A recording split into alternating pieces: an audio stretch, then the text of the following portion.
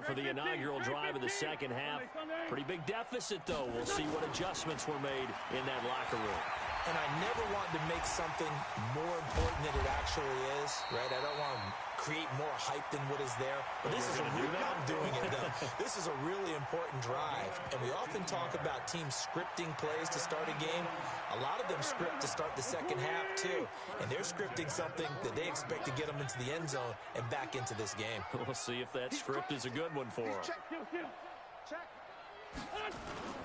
Now a play fake. Wentz.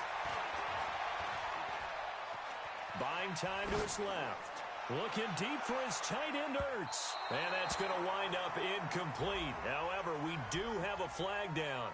Let's check in with our referee. So how about this for field position after the big play? Inside the 15 now as they come up on 1st and 10.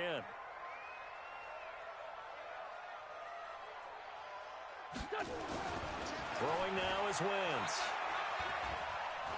Forced out to his left. He'll wind up getting right about 4 there on the scramble, and it's 2nd down. He'd had some success as a runner previously on this drive, just not as much space there that time. Yeah, this time when he pulled it down, they were ready for him, so I think he's going to have to fling a few in order to open up that running lane again.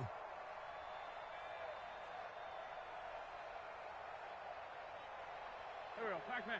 180! I'm coming. Jim. Hey, Bush. Hey, Rip 5-2, on here. Wait, looking to throw again on 2nd down. Wentz. First possession of the 3rd quarter, an interception, so maybe a second-half tone setter. Indeed, and not the tone they wanted to set. That's the equivalent of running out the wrong door and running into your pool instead of running out onto the field. A real dud for that one. Has that happened to you before? No, but I've heard stories about teams actually doing that back in the good old days. Malcolm Jenkins up to make the stop. This defense could use a few more plays like that right now. It certainly could, but think about it from an offense's perspective right now. They've got a lead, but they don't want to throttle down too much and stall themselves. Still want to move at a nice pace. Now, meanwhile, a pass that should have been intercepted, but it winds up falling incomplete. They come up to the line now facing a 3rd and 10 after the incompletion. Now it's Jackson. They complete it to Hill. And they will rally and stop him short of the 1st down. They get him to the ground at the 26. Whether you're playing West Coast offense or not, one of the maxims of the West Coast offense is you're either throwing a touchdown or a check down. In other words, look for the big shot, but be smart. I think they did exactly that on that play. They didn't get the 1st down, but they're taking care of the ball well. Yeah, and being rightly cautious with that lead here in the second half.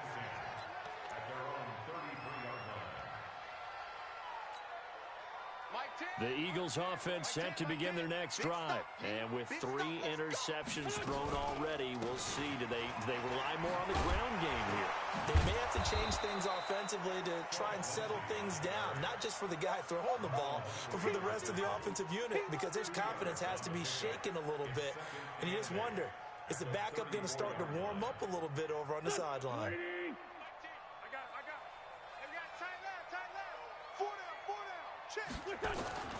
Throwing on 2nd and 8. Wentz.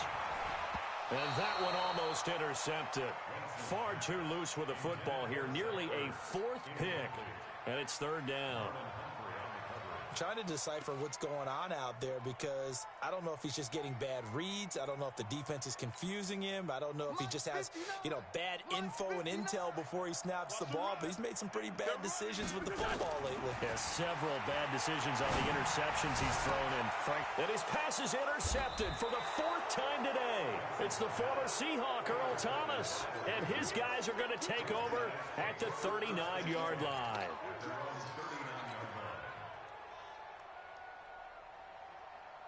The Raven offense set at the line for this next drive. They've got the lead. Last time had to punt it, though. What's the key to this drive? I think it's leverage. The big guys up front. There he goes left side. The 20, 10, and all the way in for a Ravens touchdown. Justice Hill His second touchdown of the game, his third on the year. As the Ravens push further out in front. And on that long run, maybe the defense caught napping a little bit. The concentration level may not have been there. I agree with you on that one, because those types of plays, when they result like that, they're almost like big bolts of lightning, aren't they? Whoosh, and off he goes. Fielded about a yard deep. Oh, he's going to take this out of the back of the end zone. And that's going to be a safety. And the safety there, another mistake, and these mistakes just keep piling up. How many more can they make? They put themselves in such a massive hole now. Going to be difficult to dig out from under. Yeah, for sure they can't afford anymore at this point.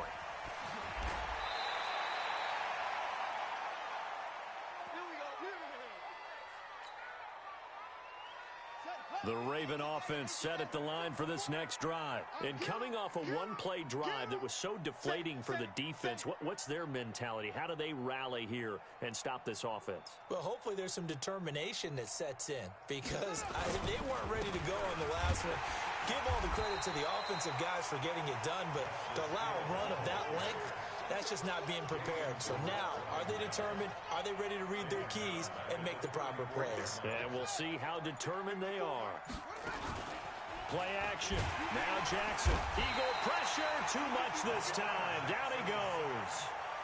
Chalk that up as their first sack in this game, and they tallied 4 a week ago. And probably not as much exultation in that sack as what took us so long. Because when you get 4 the previous week, you're counting on continuing that momentum. They didn't get that done in the first half of the game. Let's see now if they start to bring even more exotic pressure towards the quarterback. Jackson now nearing the 300-yard mark with still a quarter to play. It's 1st and 10. And now a throw on first down there, but it's incomplete. Hollywood Brown, the intended receiver. And that'll bring up 2nd down. So now 2nd and 10 after the incompletion on first down.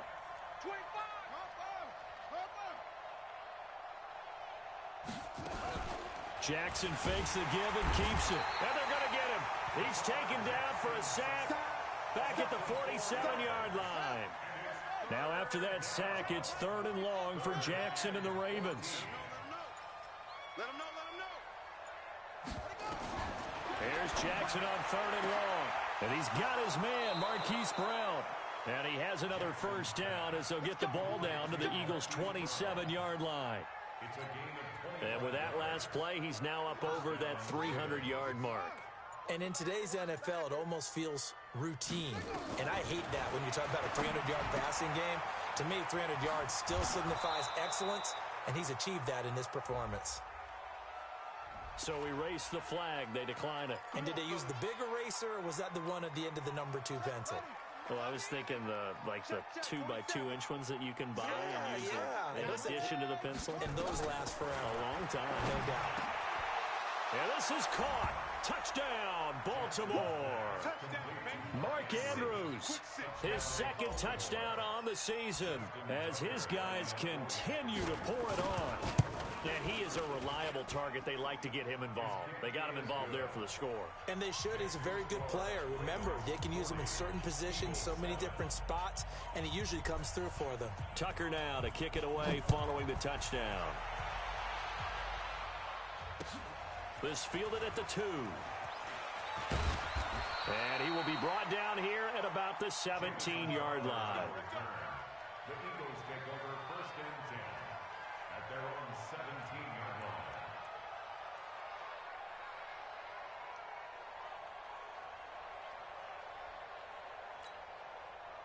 Already at the line, this Philly offense set to go. They've got to dig down deep. I mean, they need something right now, really anything to cling on to. This offense has struggled. Partner, join me in a walk to their locker room at the half, okay? Because I think what we would have seen is an offensive coordinator and his assistant coaches getting together with all their positions, then coming together as a group, going over adjustments, and then the head coach coming in and just screaming, wake up. Yeah. Let's get moving, guys. I'm kind of glad we weren't in there at halftime, actually. I mean, you think he might have turned it on us, too? Yeah, but right now, whatever was said hasn't been working. Let's go, baby. They'll go again with Lindsey. And he's going to get 7 out of this before being taken down at the 27. The Eagles on 3rd down. They've hit 2 for 4 thus far. They need just a yard here. It's 3rd and 1. They'll try and run for it with Lindsey. And he's got the first as they'll bring him down at the 28-yard line. He continues to struggle to find a crease to break off a big one and might need to just put that aside and just try and ram his way forward and get what he can. On 1st down, Lindsey. And not much, maybe a yard up to the 29. And the trend continues here in the 4th like it was in the 1st, 2nd, and 3rd. He's had nowhere to run.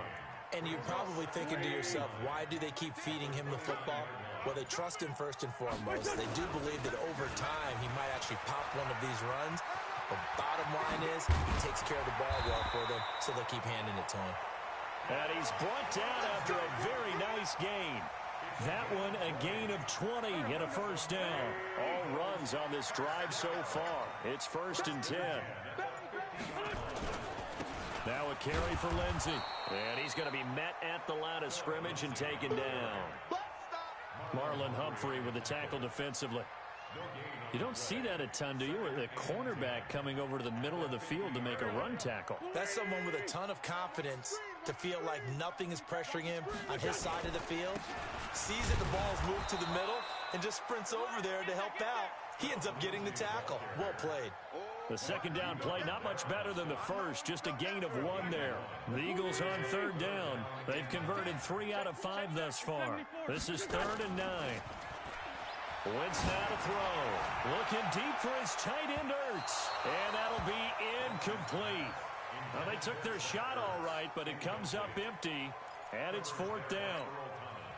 Just nothing there again. He's been sacked multiple times. We've seen the interceptions, of course. He's really been through the ringer, hasn't he? And what we've seen is a defense that's well coordinated. The front and the back really in sync. The front putting on the pressure. The backside being ball hawks and picking passes off.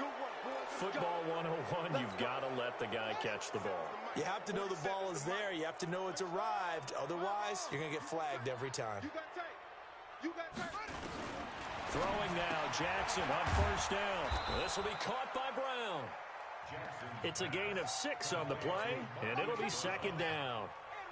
6 yards was the pickup on the last completion, so here's 2nd and 4.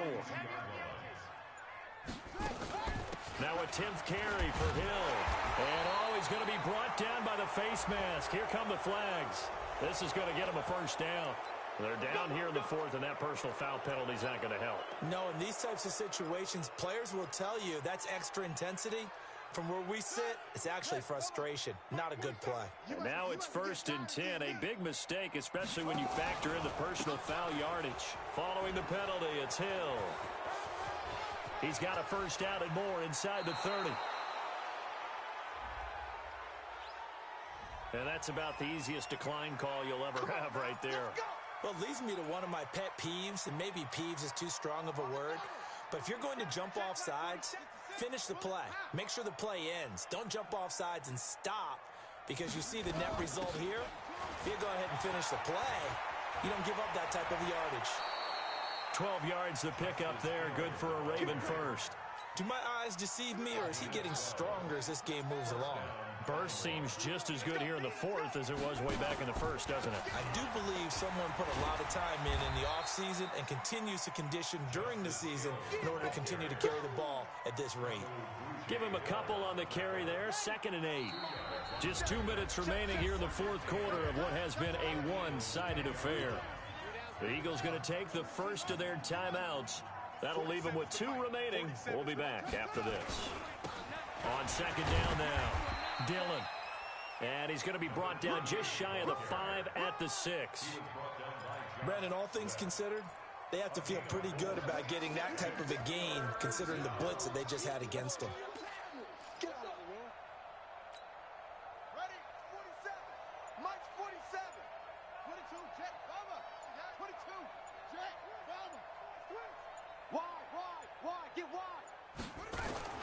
They'll keep it on the ground.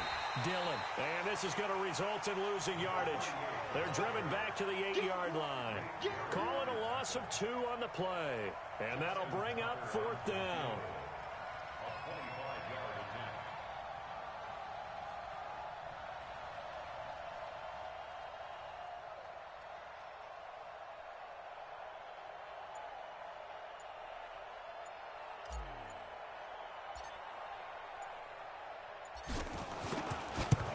to the football. It's blocked. It's picked up. A live ball. He's got a convoy, and he might be gone. Now it's scooped up, and this is a live football. Well, we looked at each other right when he flinched. We knew that that flag was coming. Yeah, offsides, easy call, mark off the 5, and keep it moving. Well, they could just run this clock out, but here is the field goal unit on 4th down. From the left hash, a chip shot here. Now flags come in before the kick. Clearly there was contact. Who was at fault? So it was the defense that jumped, and that'll move them 5 yards closer. Wonder how they did it. What if they twitched a little bit up front, you know, a little